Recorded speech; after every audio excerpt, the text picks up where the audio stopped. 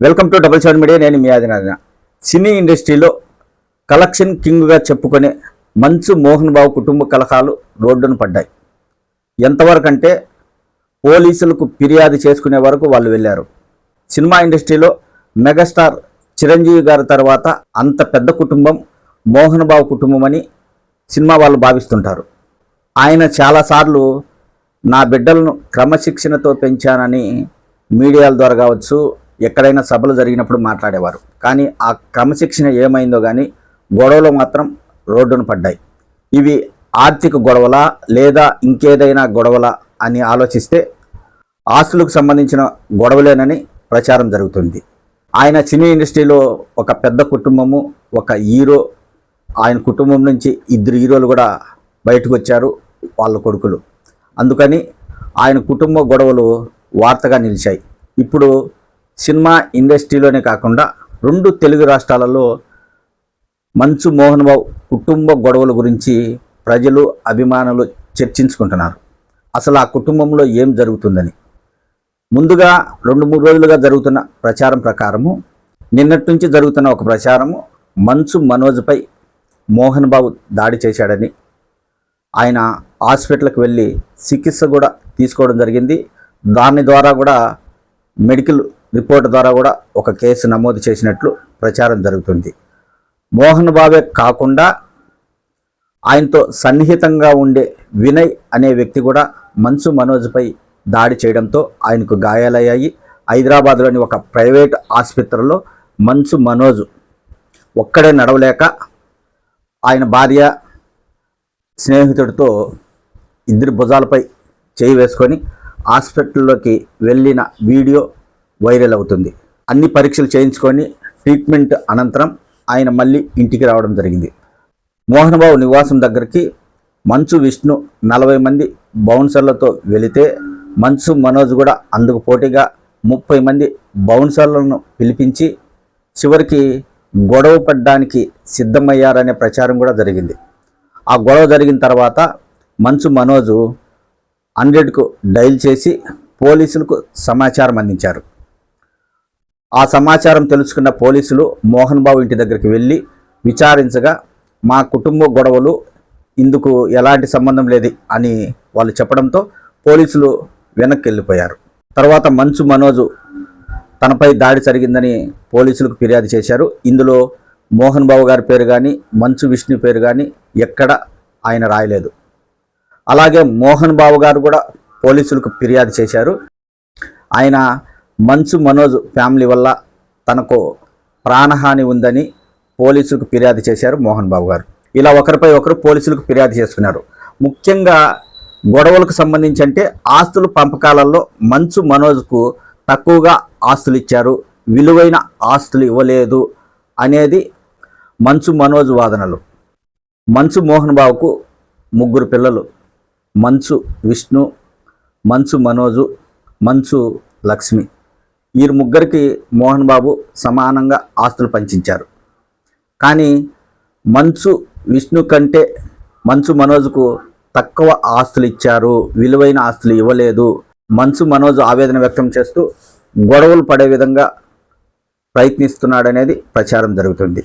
మోహన్ బాబు ముందు సతీమణికి మంచు విష్ణు, మంచు లక్ష్మి 2 సంతానం. తర్వాత రెండో భార్యకు మంచు మనోజ్ జన్మించాడు. వీళ్ళందరూ 3. ఈ 3 ఎప్పుడు అంటే సవత తల్లి పిల్లలుగా మంచు మనోజ్ను మంచు విష్ణు కానీ మంచు లక్ష్మి కానీ ఎప్పుడు చూడలేదు. వీళ్ళు చాలా కాలం చాలా మంచిగా కలిసి ఉన్నారు. ఒకరిపై ఒకరు ఎప్పుడు మీడియాలలో కూడా చాలా మంచిగా చెప్పుకునేవారు. ఇక్కడ ఇంకొక వాదన కూడా తెరపైకి వస్తుంది. ఎందుకంటే ఫస్ట్ భార్య పిల్లలు కాబట్టి వారిద్దరికి ఆస్తులు ఎక్కువ ఇచ్చారు, మంచు మనోజు రెండో భార్య సంతానం కాబట్టి ఆయనకు తక్కువ ఆస్తులు ఇచ్చారు అనే ప్రచారం కూడా జరుగుతుంది. మోహన్ బాబు గారికి ఆదాయం అంటూ ఇప్పుడు ఏమీ లేదు. వారు తీసిన సినిమాలన్నీ ఫ్లాప్ అవుతున్నాయి. చాలా వరకు ఎక్కువగా ఫ్లాప్ సినిమాలే తీశారు. మంచు మనోజు, మంచు విష్ణు హీరోలుగా సెటిల్ కాలేదు పూర్తిగా. వాళ్ళు ఎప్పుడో ఒక సినిమా తీస్తున్నారు, తర్వాత వదిలేస్తున్నారు. ఆ సినిమాలు ఆడడం లేదు. మోహన్ బాబు గారికి ఉన్న ఆదాయము విద్యా సంస్థలే. తిరుపతిలో ఉన్న శ్రీ విద్యానికేతన్, ఇంకొకటి మోహన్ బాబు యూనివర్సిటీ, వీటి ద్వారా వచ్చే ఆదాయాన్ని సినిమాలకు పెడుతున్నారు. ఈ సినిమాలు ఫ్లాప్ అవుతుండడంతో ఆదాయం రావడం లేదు. విద్యా సంస్థల ద్వారా వచ్చే ఆదాయాన్ని అంతా ఖర్చు పెడుతున్నారు. ఇద్దరు కుమారులు మాత్రం ఎవరు హీరోలుగా పూర్తిగా సెటిల్మెంట్ కాలేదు. మంచు మనోజ్ వాదన ఇంకొకటి ఏంటంటే, తనను సినీ ఇండస్ట్రీలో హీరోగా నిలదొక్కోవడానికి నాన్నగారు సహకరించలేదనే ఆరోపణ కూడా ఆయన నుంచి వస్తుంది. అదే కాకుండా మంచు మనోజ్కు గతంలో పెళ్ళయింది. పెళ్ళైన కొన్ని రోజులకే భార్యతో విడాకులు తీసుకున్నారు, విడిపోవడం జరిగింది. అప్పట్లో ఆయన డిప్రెషన్కు లోనయ్యి చాలా రోజుల వరకు సినిమాలలోకి రాలేదు. తర్వాత భూమా నాగిరెడ్డి కుమార్తె భూమా మౌనికాను మంచు మనోజ్ రెండో పెళ్లి చేసుకోవడం జరిగింది. అప్పట్లో ఆ పెళ్లి చేసుకోవడం కుటుంబ సభ్యులకు ఇష్టం లేదనే ప్రచారం కూడా జరుగుతుంది. ఎందుకంటే భూమా మౌనికకు అప్పటికే పెళ్ళయింది, ఆమెకు ఒక సంతానం ఉండేది. సంతానం ఉండే అమ్మాయిని ఎలా పెళ్లి చేసుకుంటాం అనుకున్నారో ఏమో పెద్దలు, మోహన్ బాబు గారు కావచ్చు, కుటుంబ సభ్యులు కావచ్చు. వాళ్ళిద్దరు ప్రేమించుకున్నారు, పెళ్లి చేసుకున్నారు. ఇప్పుడు పెళ్ళైన తర్వాత మంచు మనోజ్కు మౌనికకు వారిద్దరికి మళ్ళీ సంతానం కలిగింది. ఇది కూడా అప్పట్లో ఒక చర్చ సాగింది. మంచు మనోజు భూమా మౌనికాను పెళ్లి చేసుకోవడం కుటుంబ సభ్యులకు ఇష్టం లేదనే ప్రచారం కూడా సాగింది. ఎప్పుడూ మోహన్ బాబు గారు నా పిల్లలను క్రమశిక్షణతో పెంచాననే ప్రచారం చేసేవారు. క్రమశిక్షణ ఏమైందో కానీ మానవ బంధాలన్నీ ఆర్థిక బంధాలే అనడానికి వీరి గొడవలు ఇప్పుడు ఒక నిదర్శనంగా నిలిచాయి. ఆస్తులు గొడవలే వారి కుటుంబం రోడ్డును పడ్డానికి ఇప్పుడు కారణమయ్యాయి. మంచు విష్ణుకు విలువైన ఆస్తులు ఇచ్చారు, మంచు మనోజ్కు ఇవ్వలేదు. తన కుటుంబంలోనే ఆస్తుల గొడవలు వస్తే ఆయన ఆ గొడవలను బయటికి రాకుండా లోపలే వాటిని పరిష్కరించుకోవడంలో విఫలం చెందారు. ఆ విఫలం చెందారు కాబట్టే ఈరోజు మంచు మోహన్ బాబు ఫ్యామిలీ గురించి రాష్ట్రాలు చర్చించుకోవాల్సిన పరిస్థితి వచ్చింది. ఇప్పుడు ఒకరిపై ఒకరు పోలీసులకు ఫిర్యాదు చేసుకోవడం జరిగింది. సినీ ఇండస్ట్రీలో దాసనారాయణ తర్వాత మోహన్ బాబు చాలా పెద్ద వయసు గలవారు. చిరంజీవితో కలిసి ఎన్నో సినిమాలు తీశారు. చిరంజీవికి ఆయనకు కూడా మంచి సన్నిహితం ఉండేది.